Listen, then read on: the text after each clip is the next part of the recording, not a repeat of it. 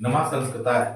प्रिय छात्रों, जैसा कि हम लोगों ने प्रत्ययों को शुरू किया है, उसमें कई प्रत्यय के कोर्स के जो भी हैं उनको हम पढ़ा चुके हैं। आज इसी कड़ी में अगला प्रत्यय हम लोग पढ़ेंगे, यत् प्रत्यय। देखिए, विभिन्न प्रकार के प्रत्यय हैं। कुछ ऐसे प्रत्यय हैं जो जिनका रूप नहीं चलता है, यानी कि जो नपुंसकलिंग, पुल्लिंग और स्त्रीलिंग में नहीं चलते हैं, उनका प्रत्यय का रूप ही होता है। जैसे कि त्वा प्रत्यय है नहीं, जैसे गम से त्वा लगेगा तो गत्वा बन जाएगा, पठित्वा, सित्वा, नीत्वा इत्यादि। ये इनमें इनमें कोई फेरबदल नहीं होता है। ये स्त्रीलिंग में भी सेम रहते हैं, पुल्लिंग में भी सेम रहते हैं, नपुंसकलिंग में भी सेम रहते हैं। उसी प्रकार से तुमुन प्रत्यय, जैसे सा पठितुम विद्यालय गच्छति, तो तुमुन प्रत्यय में का भी रूप नहीं चलता है। पठितुम, गंतुम, हसितुम, लिखितुम इत्यादि सब इसके जो भी बनते हैं उनके रूप नहीं चलते हैं। लेकिन कुछ प्रत्यय ऐसे, जैसे कल हम लोगों ने कुछ प्रत्यय पढ़े थे, उनके रूप चलते हैं। आज उसी कड़ी में हम लोग यत् प्रत्यय पढ़ेंगे जिसके रूप चलते हैं, जो पुल्लिंग में अलग होता है, नपुंसकलिंग में अलग होता है और स्त्रीलिंग में अलग होता है। देखिए यहाँ पर यत् प्रत्यय लिखा हुआ है। यत् प्रत्यय का सूत्र है अचो यत्। अचो, अच माने जो आपने अच प्रत्याहार पढ़ा हुआ है उससे संबंधित है। तो कह रहा है कि ये इस प्रत्यय में होता क्या है। इस प्रत्यय का जो धातु का जो स्वर होता है, स्वर आप लोग समझ रहे होंगे। अच को स्वर कहा जाता है। अच प्रत्याहार में जो भी वर्ण आते हैं, अयो, लक, अयम, अयोस तक, इनमें जो भी स्वर हैं उन्हें स्वर, जो भी शब्द, जो भी वर्ण हैं उन्हें स्वर कहा जाता है। और उन स्वरों को उनको क्या करना है, उनको गुण कर देना है, वो गुण हो जाते हैं। गुण अर्थात आप लोगों ने गुण भी पढ़ा होगा, आद गुणा या दिन गुणा सूत्र जो भी पढ़ा है उसमें गुण आपको 3 बताए गए थे, आ, ए और ओ। आ, ए, ओ। तो कह रहा है कि अच को जो है स्वर हो जाता है, ये अगर यत् प्रत्यय लग रहा है तो। और यत् प्रत्यय का केवल या शेष रहता है, केवल या। देखिए, प्रत्यय जो भी आप पढ़ते हैं उसमें संपूर्ण प्रत्यय का भार नहीं लगता है। उसमें कुछ को इत संज्ञा करके या कुछ को हटा करके सूत्रों के माध्यम से, और उनमें कुछ ही अंश को जोड़ा जाता है। जैसे तुम प्रत्यय में तुम शेष रहता है, तुम जोड़ा जाता है। आनीय में आनीय शेष रहता है। त्वा प्रत्यय में खाली त्वा जुड़ता है, अत्वा प्रत्यय में खाली त्वा जुड़ता है। तो इस प्रकार से इसमें क्या जुड़ेगा, केवल या जुड़ेगा। और अगर पहले स्वर है तो उसको गुण कर देंगे। अब देखिए यहाँ पर लिखा हुआ है पा।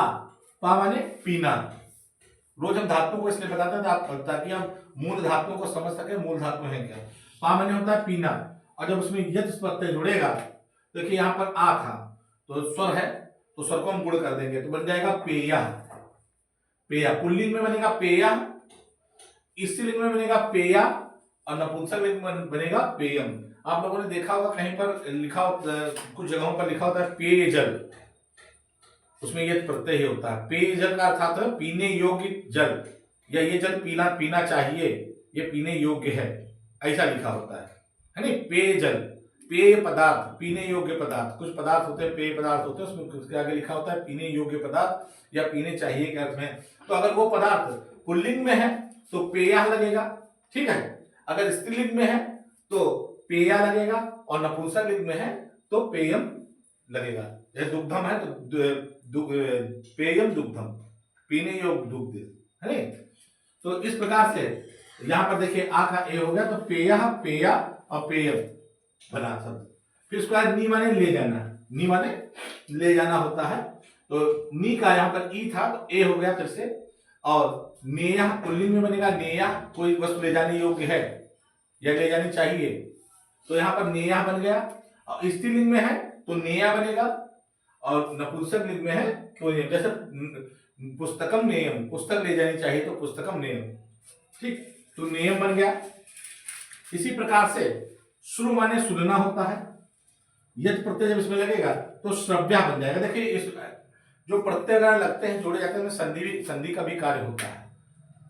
आपको संधि भले ना दिखे, लेकिन जब आप संधि के नियमों को पढ़ते हैं, जैसे कि इको यणचि है, ठीक है, और आपकी अयाज संध है इत्यादि, उन संधियों के नियमों का भी पालन होता है। उन संधियों के नियम से भी जुड़ करके वाक्य बनता है, शब्द बनता है।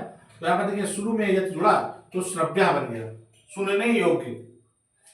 स्त्रीलिंग है तो यहाँ पर भी श्रव्या हो गया, सुनने, इसका इनका तीनों का अर्थ सुनने योग्य ही है। लेकिन फर्क क्या है, पुल्लिंग होगा तो श्रव्या, स्त्रीलिंग होगा तो श्रव्या, और नपुंसकलिंग होगा तो श्रव्यम। इसी प्रकार से भू माने होना, जब यह जुड़ेगा तो भव्या, होने योग्य, फिर यहाँ पर भव्या होने योग्य और भव्यम होने योग्य।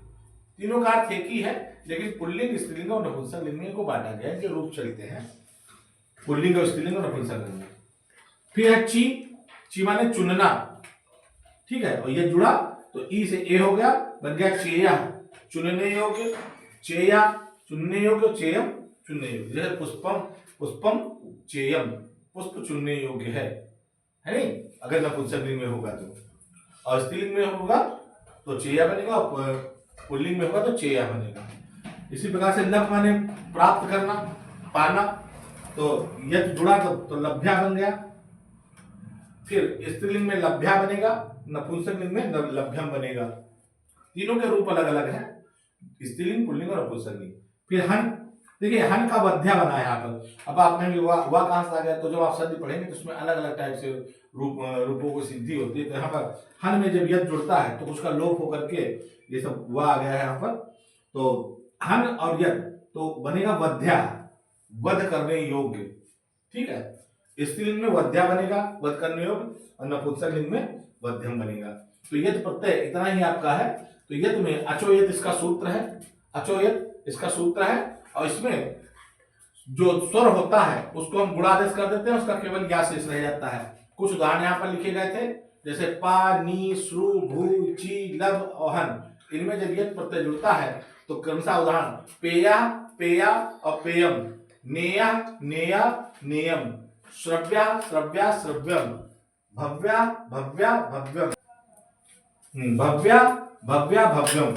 इसी प्रकार से चेया, चेया, चेयम, लभ्या, लभ्या, लभ्यम, वध्या, वध्या, वध्यम। तो आपका यद प्रत्यय इतना ही था, और अगली क्लास में हम दूसरा प्रत्यय पढ़ाएंगे। तब तक आप इसको ध्यान से पढ़िए, और अगली वीडियो में आपको इसके आगे के प्रत्यय पढ़ाएंगे। धन्यवाद।